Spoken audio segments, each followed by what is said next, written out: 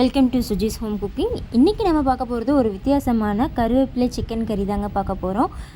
கருவேப்பிலை நம்ம முடி வளர்ச்சிக்கு ரொம்பவே நல்லதுங்க. அது போக நம்ம உடம்புக்குமே ரொம்ப நல்லது. குழந்தைங்களுக்குலாம் இதை கொடுத்தா நிறையவே சாப்பிட மாட்டாங்க. அதனால் நம்ம அவங்களுக்கு பிடிச்ச டிஷ்ஷில் இதை நல்லா கலந்து கொடுக்கும்போது அவங்க கண்டிப்பாக விரும்பி சாப்பிடுவாங்க. இதை நம்ம டைரெக்டாக சேர்த்த போகிறதில்ல, நம்ம அரைச்சி தான் ஆட் பண்ண போகிறோம். அதனால் நீங்கள் குழந்தைங்களுக்கு தாராளமாக கொடுக்கலாம். இப்போ இந்த டிஷ் செய்கிறது எப்படின்னு பார்க்கலாம். வாங்க வீடியோக்குள்ளே போகலாம்.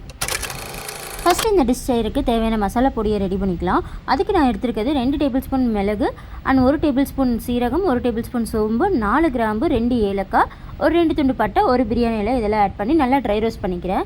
இது ஓரளவுக்கு நல்லா ஸ்மெல் வர நல்லா வறுத்துடலாம். இப்போ இது கூடவே நல்லா ஒரு கைப்பிடி அளவு கருவேப்பிலை ஆட் பண்ணிக்கிறேன். அது கூடவே 2 துண்டு இஞ்சி, தட்டி வச்ச 4 பூண்டு ஆட் பண்ணிக்கலாம். கருவேப்பிலை ரொம்ப கருக விடாமல் நல்லா பச்சை நிறம் மாறாமல் ஓரளவுக்கு முருகலாக வந்தோன்னா நம்ம ஆஃப் பண்ணிடலாம். இதை நல்லா பவுடராக அரைச்சி வச்சுக்கலாம்.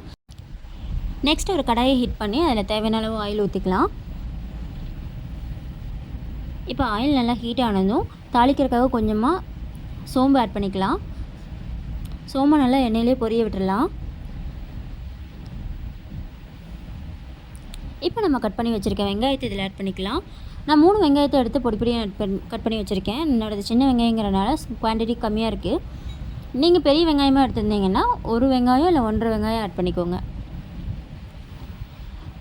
இப்போ வெங்காயம் நல்லா கலர் மாறி இந்த மாதிரி கோல்டன் ப்ரௌன் கலர் வர வரைக்கும் நல்லா வணக்கிட்டு இது கூடவே 2 பச்சை மிளகாயும் முழுசாக ஆட் பண்ணிக்கலாம்.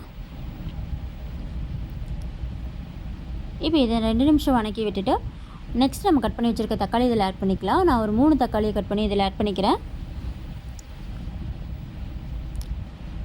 இப்போ இந்த தக்காளி வெங்காயம் நல்லா வணங்கட்டும். இது கூடவே தக்காளி நல்லா வெந்து வரதுக்காக ஒரு 1/2 டீஸ்பூன் அளவுக்கு உப்பு ஆட் பண்ணிக்கலாம்.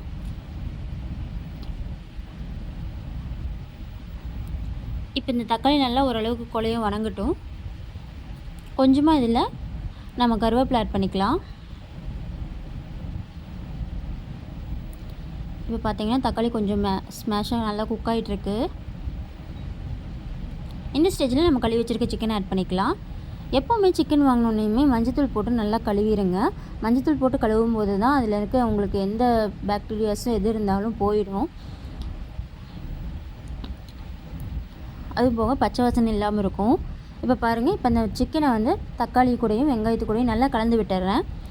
இப்போ நல்லா கலந்து விட்டோன்னா இதை ஒரு மூடி போட்டு ஒரு 15 மினிட்ஸ் மீடியம் ஃப்ளேமில் நல்லா வேக விட்டுறேன். இப்போ பாருங்கள் சிக்கன்லேருந்து தண்ணி எவ்வளோ வந்திருக்குன்னு. நம்ம தண்ணி எதுவும் ஆட் பண்ணாமலே சிக்கன்லேருந்து இவ்வளோ தண்ணி வந்திருக்கு. இப்போ சிக்கன் ஒரு 40% குக் ஆகிருக்கும். இப்போ நம்ம மசாலா பொடி ஆட் பண்ணிக்கலாம். ஒரு ஸ்பூன் அளவுக்கு மிளகாத்தூள் ஆட் பண்ணிக்கலாம். அது கூடவே 1 ஸ்பூன் மல்லித்தூள். ஃபைனலி நம்ம அரைச்சி வச்சுருக்க அந்த மசாலா பவுடரை ஆட் பண்ணிக்கலாம். கருவேப்பிலை நிறைய சேர்த்து அரைக்கிறதுனால இது கசக்கும், இல்லை டேஸ்ட் நல்லா இருக்காது, இந்த மாதிரிலாம் நினைக்காதீங்க. கண்டிப்பாக இந்த டிஷ்ஷோட டேஸ்ட்டு அல்டிமேட்டாக இருந்துச்சு. நீங்கள் இதை வீட்டில் ட்ரை பண்ணி பார்த்துட்டு உங்கள் குழந்தைங்களுக்கு கொடுங்க. கண்டிப்பாக அவங்க திரும்ப திரும்ப செஞ்சு தர சொல்லுவாங்க. அந்தளவுக்கு டேஸ்ட்டாக இருக்கும். இப்போ இந்த எல்லா பவுடரையும் சேர்த்து எல்லா மசாலாவையும் சேர்த்து நம்ம நல்லா கிளறி விட்டுடலாம்.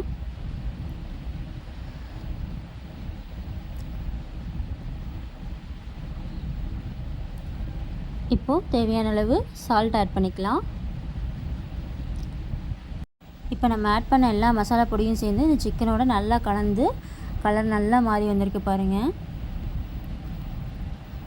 கலரே சும்மா பார்க்குறதுக்கு தாறுமாறாக இருக்குது. இப்போது இந்த சிக்கன் வேகிற அளவுக்கு கொஞ்சமாக தண்ணி ஊற்றிக்கலாம்.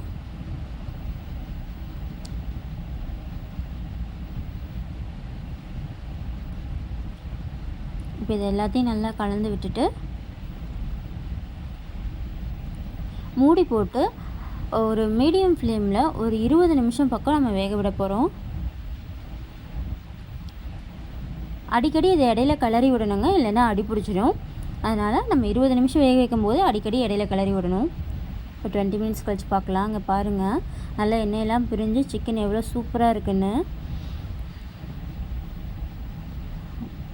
நல்லா ஆவி பறக்க ஸ்மெல்லு கமன்னு வருதுங்க.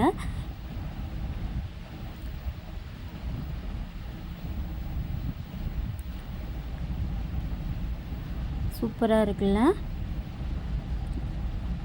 இப்போ இதை நல்லா இந்த மசாலா ஐட்டம்ஸ் எல்லாம் உங்களுக்கு கிரேவியாக வேணும்னா நீங்கள் இந்த ஸ்டேஜ்லேயே ஆஃப் பண்ணிக்கலாம். சிக்கன் வெந்துருச்சான்னு பார்த்துட்டு ஆஃப் பண்ணிக்கலாம். அப்படி இல்லை உங்களுக்கு நல்லா ட்ரையாக வேணும் அப்படின்னா இன்னும் கொஞ்சம் நேரம் விட்டிங்கன்னா நல்லா தண்ணியெல்லாம் வற்றி மசாலாலாம் நல்லா சிக்கனுக்குள்ளே இறங்கி பார்க்குறக்கே சூப்பராக இருக்கும். இப்போ பாருங்கள், கொஞ்சம் கொஞ்சமாக தண்ணியெல்லாம் வற்றி ட்ரை கிரேவி ஆகிட்டுருக்கு. செம்ம சூப்பராக இருக்குல்ல பார்க்குறதுக்கே. நீங்கள் ஸ்டார்டிங்கில் இந்த பவுடர் அரைக்கும் போதே மிளகு கொஞ்சம் ஜாஸ்தியாக சேர்த்துக்கிட்டிங்கன்னா அந்த பெப்பரும் அந்த கறி லீஃபோட ஃப்ளேவரும் சேர்ந்து உங்களுக்கு நல்லா காரசாரமாக சூப்பராக இருக்குங்க. வேறு எந்த மசாலா பொடியும் நீங்கள் ஆட் பண்ண வேண்டியதில்லை. ஸ்டார்டிங்கில் நம்ம பச்சை மிளகா ஆட் பண்ணோம்ல, அந்த இடத்துல நீங்கள் தேவைப்பட்டால் 2 வரமிளகா கூட ஆட் பண்ணிக்கலாம். இப்போ இதில் ஃபைனலாக கொஞ்சமாக லெமன் ஜூஸ் ஆட் பண்ணிக்கிறேன். இது ஆப்ஷனல் தாங்க, உங்களுக்கு பிடிச்சா நீங்கள் ஆட் பண்ணிக்கலாம். அந்த லெமன் ஜூஸோட ஃப்ளேவர் குழந்தைங்களுக்கு ரொம்ப பிடிக்கும். எங்கள் பாப்பா அதை நல்லா விரும்பி சாப்பிடுவாங்கிறக்காக நான் அந்த லெமன் ஜூஸோட ஃப்ளேவர் கொஞ்சமாக ஆட் பண்ணியிருக்கேன். இப்போ பாருங்கள், பார்க்குறதுக்கு செம்ம சாஃப்டாக டேஸ்ட்டாக அட்டகாசமாக இருக்குது. உடனே சாப்பிடணும் போல் தோணுதில்ல.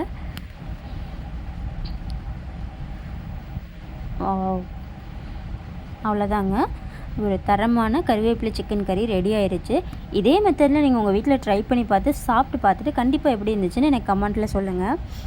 அவ்வளோ அட்டகாசமாக இருக்குங்க. டேஸ்ட் நீங்கள் பயப்படுற மாதிரி எதுவுமே இருக்காது. கசப்போ இல்லை வேறு மாதிரி டேஸ்ட்டோ எதுவுமே இருக்காதுங்க. நீங்கள் நார்மலாக சாப்பிட்ற சிக்கனை விட இது டிஃப்ரெண்ட்டாக இருக்கும் அண்ட் டேஸ்டியாகவும் இருக்கும்.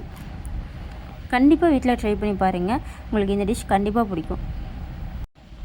ஃபைனலாக அது ஒரு பவுலுக்கு ட்ரான்ஸ்ஃபர் பண்ணால் அவுட்லுக் பாருங்கள், செம்ம லுக்காக பார்க்குறக்கே சாப்பிட்ணும் போல் நாக்கில் எச்சி வருதில்ல. இதே மாதிரி நீங்கள் உங்கள் வீட்டில் ட்ரை பண்ணி பார்த்துட்டு எப்படி இருந்துச்சுன்னு கமெண்ட்டில் சொல்லுங்கள். அண்ட் நம்ம வீடியோவை ஃபஸ்ட் டைம் பார்க்குறவங்க, இது வரைக்கும் சப்ஸ்கிரைப் பண்ணாதவங்க கண்டிப்பாக சப்ஸ்கிரைப் பண்ணிக்கோங்க. இது வரைக்கும் நம்ம சேனலை சப்ஸ்கிரைப் பண்ணியிருக்க அனைத்து நல்லவங்களுக்கும் மிக்க நன்றி. இதே மாதிரி வேறொரு வீடியோவில் உங்களை நான் பார்க்குறேன். பாய் பாய்.